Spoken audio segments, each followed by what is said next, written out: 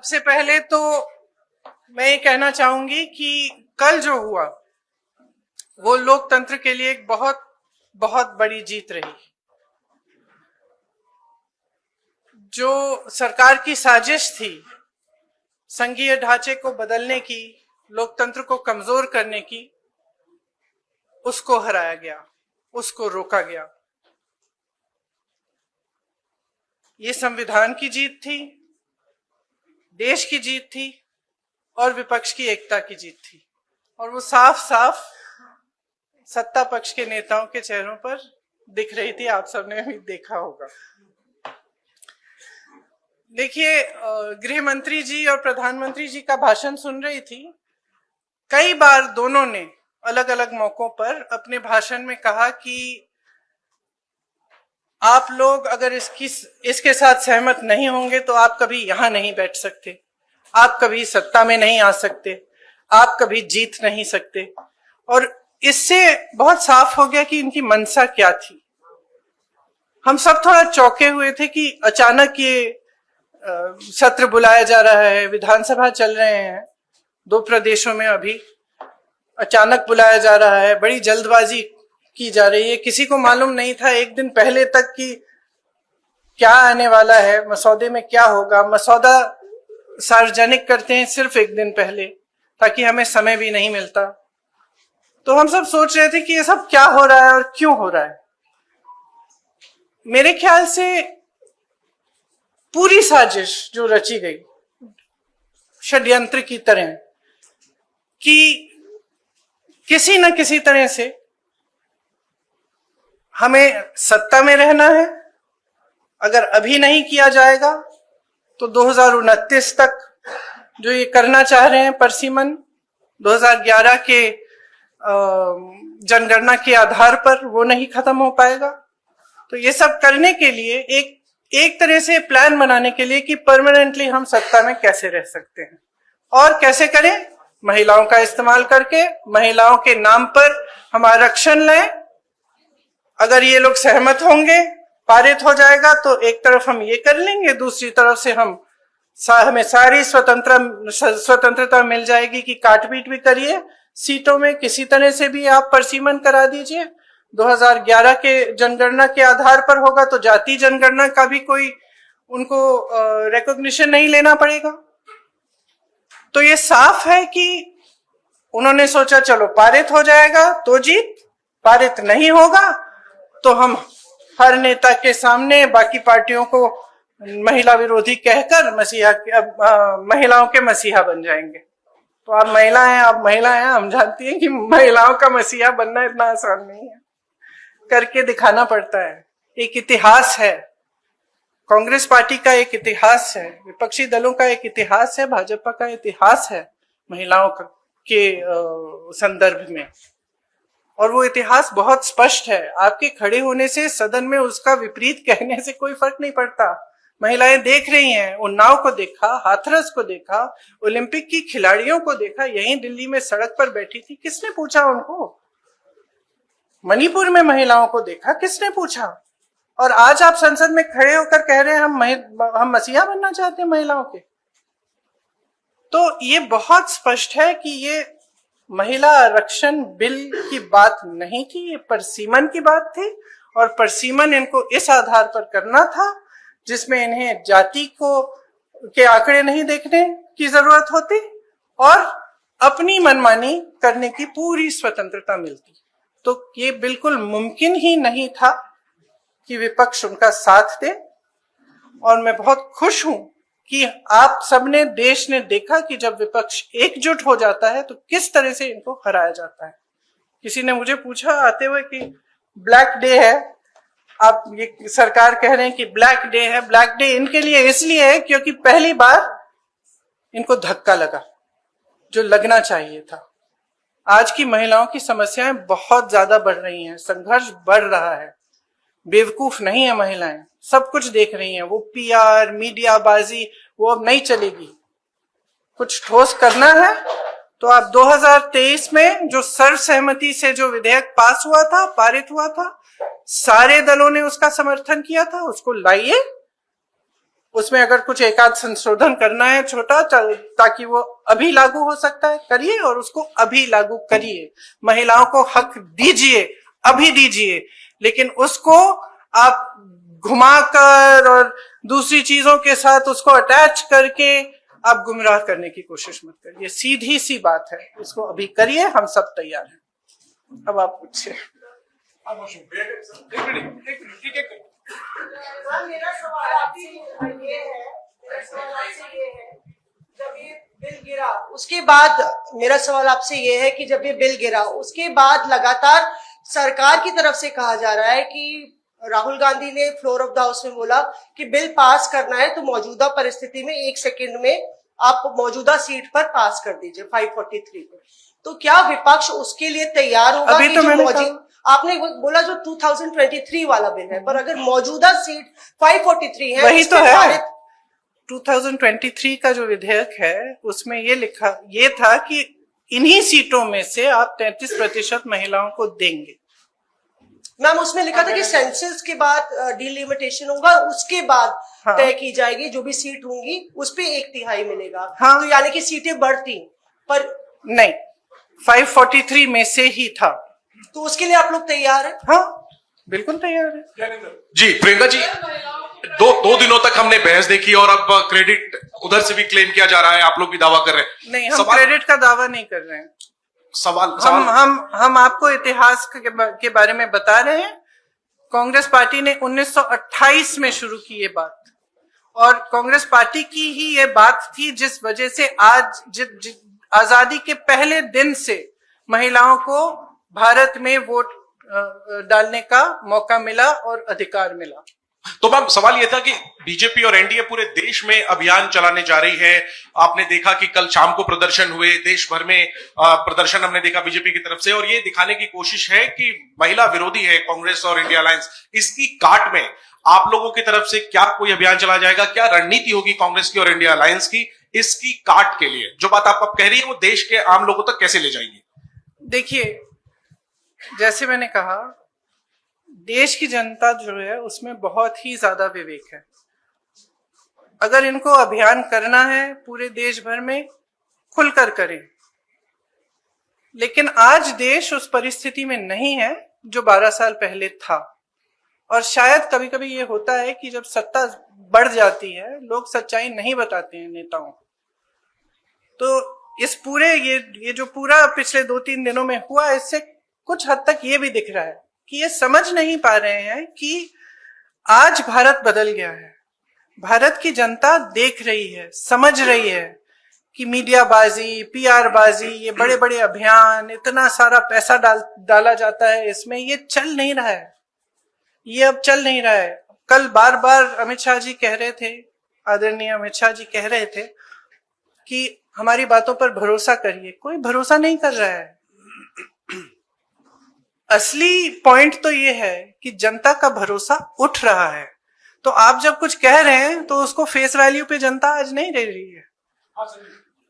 प्रियंका जी, कल जो कुछ हुआ उसके बाद जो बीजेपी कह रही है कि they will launch a country-wide campaign to dub the entire opposition, including the Congress, as anti-women. और जैसे आपने अमित शाह जी की बात करी, तो अमित शाह जी ने आपकी राजनीतिक सूझबूझ की भी बहुत तारीफ करी कल लोकसभा में। तो what would be your advice or the campaign, the Congress plan to counter this campaign? See, I think it's very, very clear. We are saying very, very clearly, and we will say this from every platform. We will say this in every state, not just the Congress party, but every party of the India Alliance will say it very, very clearly. Bring that 2023 legislation which was passed, make whatever change you want to get it done by 2029, we will fully support it. We will say this again and again, all over the country. And the other point that I was making in Hindi earlier was that things have changed for this government. It's very visible from their actions. Firstly, they are under a lot of international pressure. It's very, very clear. A lot of the actions they are taking, I don't think, as my brother has said multiple times, any Indian Prime Minister would have accepted the terms of the deal that they have done with the US. unless there was massive pressure. He is obviously under massive pressure. It is very obvious. So public is seeing this. The public continues to suffer with multiple problems. The price of gas, price of fruit, vegetables, everything has gone up. And especially the burden of this is on the shoulders of women. And it's across class, across caste. It does not matter whether you're a rich woman, poor woman, whether you live in an urban center, whether you live in the villages. Your problems are increasing. And there is nothing coming from the government to resolve them. So the public can see it. So they can take their Mahila Morcha in front of whoever's house they want. They can make as much tamasha as they want. This country has now awakened to the fact that they do not stand by their words. They cannot be trusted, and certainly women cannot trust them, because we have seen their attitude and their behavior on multiple occasions. So I think it's very clear they can do what they like. The public is seeing everything very, very clearly. And the chronology of the last few days, the way they have brought this bill, the things they have attached to it, the delimitation, the 2011 census, it's very clear. They knew this bill is not going to be able to be passed. They just wanted the political credit. Simple as that. Ma'am सवाल ये है कि आप लोग कह रहे थे कि ये वुमेन रिजर्वेशन बिल सिर्फ एक ढाल है, पीछे से मंसूबा डिलिमिटेशन पास कराना है। अभी भी डिलिमिटेशन बिल के लिए कल जब जो मंत्री किरण रिजिजू है उन्होंने कहा कि बाकी दो बिल अब मैटर नहीं करता है, इसको हम बाद में पुटअप करेंगे। डिलिमिटेशन की मैं बात कर रहा हूँ, उस पे आप लोग कैसे आगे इसको चीज रखेंगे? हमारा स्टैंड बहुत क्लियर है, पूरे अलायंस ने अपना स्टैंड बहुत क्लियर किया है, और इस वोट से और भी स्पष्ट हुआ है कि हमारी मानसिकता में, मानसिकता नहीं, हमारी समझ में ये जो बिल लाया गया और ये जो 3 दिनों की चर्चा चली, ये महिला आरक्षण की नहीं थी, ये परसीमन पर ही थी। और इस पर हमने सबने अपने विचार बहुत स्पष्टता से व्यक्त कर लिए हैं। मैम, आपने 543 सीटों की, आपने कहा कि 543 मौजूदा सीटों पर सरकार दे दे, तो ओबीसी का उसमें प्रावधान नहीं है, एससी एसटी का तो है, तो क्या उसके लिए भी अगर आप नहीं, उसमें उचित प्रावधान बनाया जा सकता है, क्यों नहीं बनाया जा सकता? और दूसरा मैम, सरकार के नैरेटिव को काउंटर करने के लिए, क्योंकि सरकार कह रही है कि हम सड़क पर जाएंगे, संसद से सड़क तक की लड़ाई लड़ेंगे, तो क्या कांग्रेस का भी कोई ऐसा थॉट प्रोसेस है कि हम भी सड़क पर जाएं, और अगर जाएंगे तो क्या कोई रूपरेखा? देखिए, इन्होंने ये पूरा प्लान पहले से बनाया था, शायद ये भी इस प्लान का हिस्सा था। कल हमने इनको डिफीट किया है पार्लियामेंट में, हम आज बैठ के हम भी सोचेंगे कि हमें क्या करना है, और जरूर करेंगे कुछ। हाँ, प्रियंका जी, सरकार कह रही है कि आप महिला विरोधी हैं, आप कह रहे हैं कि 543 सीटों पर 543 सीटों पर 33%। मैंने तो लड़की हूँ, लड़ सकती हूँ, किया 40% महिलाओं को उत्तर प्रदेश में लड़ाया, वो अलग बात है कि एक ही जीती उसमें से, वो अलग बात है, लेकिन एक निजाम आपने सेट किया। लेकिन यही सवाल था मेरा कि लड़ाई अपनी जगह है, क्या देश की सबसे पुरानी पार्टी ये कानून लागू हो या ना हो, सबसे पहले ये कर सकती है, ये ऐलान कर सकती है कांग्रेस की आने वाले चुनाव में हम बिना कानून के आए हुए 33% आरक्षण महिलाओं को दे देंगे? देखिए, हमारी आशा ये है कि आने वाले चुनाव में वैसे भी 33% महिलाएं चुनाव लड़ेंगी, और हम कह रहे हैं बार बार, विधेयक लाइए, दोबारा से लाइए, हम उसको पास करेंगे, पारित करेंगे आपके साथ। Today the opposition is planning to write a letter to Prime Minister Narendra Modi for the implementation of this bill.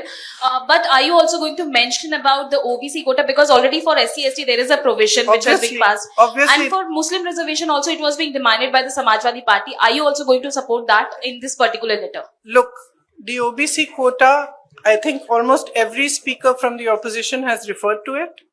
We are all saying that if there are women's reservations, just like there will be 1/3 reservations in the ST and the SC, there has to be a OBC reservation which is commensurate to the number. That's it. Priyanka ji, मेरा नाम पूनम है और मैं अमर उजाला से हूँ। प्रियंका जी, मेरा सवाल ये है कि परिसीमन 2026 तक फ्रीज था, अब वो परिसीमन खुला है। आपने कल कहा कि महिला संशोधन विधेयक इसलिए नहीं लाया गया कि परिसीमन मनमाना था, अब परिसीमन होना है, तो कांग्रेस की दृष्टि में वो परिसीमन किस प्रारूप में होना चाहिए और उसके लिए क्या कुछ कांग्रेस की मांग रहेगी? हमने बार बार कहा है कि परिसीमन से पहले जातीय जनगणना होनी चाहिए। उसके आधार पर होना चाहिए। देखिए, ये परसीमन आयोग बनाना चाहते हैं जिसमें ये 3 जने अपने लगाएंगे, जैसे इन्होंने बाकी सारे आयोग बनाए हैं और सबको कैप्चर किया है। तो हम भरोसा कैसे करें? आपने देखा परसीमन में इन्होंने असम में क्या किया है और JNK में क्या किया है। विपक्षी दलों के नेताओं की सीटों का विभाजन, अपनी मनमानी से काटपीट। JNK में कुछ सीट ऐसी हैं जहां एक जगह एक हिस्सा इधर है, एक हिस्सा उधर है, सिर्फ अपनी सत्ता बनाए रखने के लिए। कौन भरोसा कर सकता है? जनता भरोसा नहीं कर रही है। आप कह रहे हैं कि हम भरोसा करें उनकी।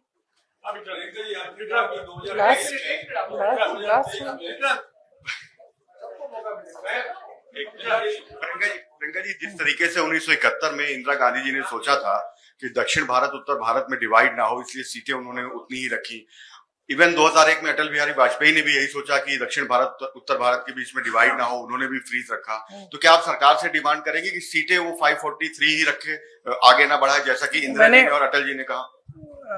देखिए, जैसे इंदिरा जी और अटल जी ने कहा और किया, उस पे फ्रीज की वजह थी। हम ये सिंपल बात कह रहे हैं कि ये जो आप प्रोपोर्शन को बदलना चाहते हैं, ये जो आप कुछ प्रदेशों को का वजन बढ़ाना चाहते हैं, जो छोटे प्रदेश हैं, जो साउथ के प्रदेश हैं, ये कहें कुछ भी, हम इनकी बातों पर भरोसा नहीं कर सकते। और अगर इन्होंने ऐसा किया कि छोटे प्रदेशों को, दक्षिण के प्रदेशों को का वजन इन्होंने कम किया, तो देश में बहुत ज्यादा संकट पैदा करेंगे। तो इससे हम सहमत नहीं हो सकते। तो हम बिल्कुल इस पक्ष में हैं कि जैसा है वैसा ही रहना चाहिए, प्रोपोर्शन के तौर पर। प्रियंका जी, आपने कहा और विपक्ष लगातार कहता रहा है कि लोकतंत्र जो है वो खतरे में है। आपको नहीं लगता? मैं आपसे सवाल कर रहा हूं कि 2 साल पहले विपक्ष की एकता दिखी थी संसद में, और 2 साल के बाद वो लगातार डवाडोल दिखी, इस बार फिर दिखी है। तो क्या आपको नहीं लगता है कि विपक्ष को भी अपनी एक जिम्मेदारी निभानी होगी कि ये जो डवाडोल रहती है उनकी स्थिति, एक मंच पे आते हैं एक वक्त में और फिर वो अपने अपने अंतर विरोधों में जो है वो फंस जाते हैं। तो क्या ये अंतर विरोध से उभरने का ये डिफाइनिंग मोमेंट माना जाए? सबसे पहले तो मुझे लगता है कि इसको ऐसा माना जाना चाहिए। दूसरा, देखिए, विपक्ष जो है उसमें बहुत सारे दल हैं। कुछ प्रदेश हैं जिसमें हम एक दूसरे से के खिलाफ भी चुनाव लड़ते हैं, लेकिन अगर आपने देखा होगा, जब जरूरत पड़ती है तो हमारी एकजुटता पे कोई उंगली नहीं उठा सकता। कल आपने देखा हमारी एकजुटता कितनी मजबूत है। तो मैं इससे सहमत नहीं हो सकती कि डवाडोल है हमारी एकता। Answered, but related to this only, that do you think for the elections in states or at the center, this unity will be seen in future? As you've just mentioned that this unity has only been able to defeat this government. I think there are certain factors which are coming together at this point in India's history. As I said, one is the international pressure on the government, which is very visible by the actions they are taking, which are not necessarily in the interest of the nation. In fact, many of them are not. There is more stress on people. Prices are rising. Other factors are coming into play. Prices are rising immensely. Difficulties are becoming greater. And I think that at this time, the opposition has shown its unity. It's not just the fact that we are united as an opposition, it is also the fact that there is a mood amongst people. They are fed up of lies, they are fed up of all this, I'm sorry to say, but they see through also, I'm sorry to say, but a lot of the sort of media propaganda, they see through that as well. They are looking more towards finding out the truth. And I think the opposition, in the actions that we took yesterday in Parliament, we have stood for the truth, we have stood for the Constitution, we have stood for the nation, and we have stood as one. I think that this is a moment that we should all recognize. We all saw the faces of the bigger leaders of the BJP in Parliament. It was very clear from their expressions that this was a shock to them and that they were defeated for perhaps the first time in these 12 years. I think we should all accept that from now on, we fight harder, we stand together, and hopefully we will be able to push through much more than we did before. Priyanka ji, आपने कहा कि 2023 का जो bill है उस bill को अगर लाया जाए तो हम उसका समर्थन करेंगे, लेकिन उसमें महिलाओं का सीट कौन सा हो, इसका निर्धारण कैसे होगा? इसकी कोई सलाह है आपके पास? अब ये देखिए, जो निर्धारण करेंगे वही ये अपने आप ये प्रयास करेंगे। इनमें इसमें मैं सलाह क्या दूंगी उनको? एक मिनट यार, एक मिनट। मैम, अमित शाह कह रहे हैं कि आप भरोसा कीजिए, मोदी जी कह रहे हैं कि मैं ओबीसी और गरीब वर्ग से आता हूँ, जब हकीकत है कि देश की आबादी आज भी SC ST OBC बहुत ज्यादा है। ये कह रहे हैं कि ब्लैक डे है। मैं कह रहा हूँ, क्या उन महिलाओं के साथ ये धोखा नहीं था जिन महिलाओं को SC ST OBC का रिजर्वेशन नहीं मिलता? क्यों कास्ट सेंसस से बच रहे हैं? वही तो मैं कह रही हूँ, पिछले आधे घंटे से धोखा ही था। Last Amit Shah has said that there are 120 constituencies. 1 and 2. Amit Shah has said there are 120 constituencies that have population of over 25 lakhs. He in fact listed Malkangiri also that has 48 lakhs people. You may have some reservations about demilitation, but do you not believe that it's the need of the hour? Actually, no. Actually, I don't. I believe that that's the way it's being sold. And delimitation of seats of 20, 30, 40 has been done before. But a complete overhaul of parliament, and that too in the hands of people who tend to have disregard for institutions, who tend to weaken every institution, including the election commission. How can you expect us to support this? It's not possible for anybody who loves democracy, who loves this country, to support such a thing. आपने खुद suggest किया अभी कि ये परिसीमन था, दरअसल ये महिला आरक्षण के लिए नहीं था। तो ऐसे में अब ये प्रश्न हो जाता है कि सीटों की संख्या को शायद 543 पे लड़ना नहीं चाहते, 850 पे लड़ना चाहते हैं। तो आपको क्या ये लगता है कि they feel jittery about fighting on 543 since आप लोगों ने अचीव कर लिया था 235, which is like इंडिया के पास 235 और उनके पास 240? No, I don't think they're jittery about fighting 543. I think firstly the men are trying to reserve their own seats, right? So that their 5 out of 543, their seats don't go to women. Ma'am, possible, yes.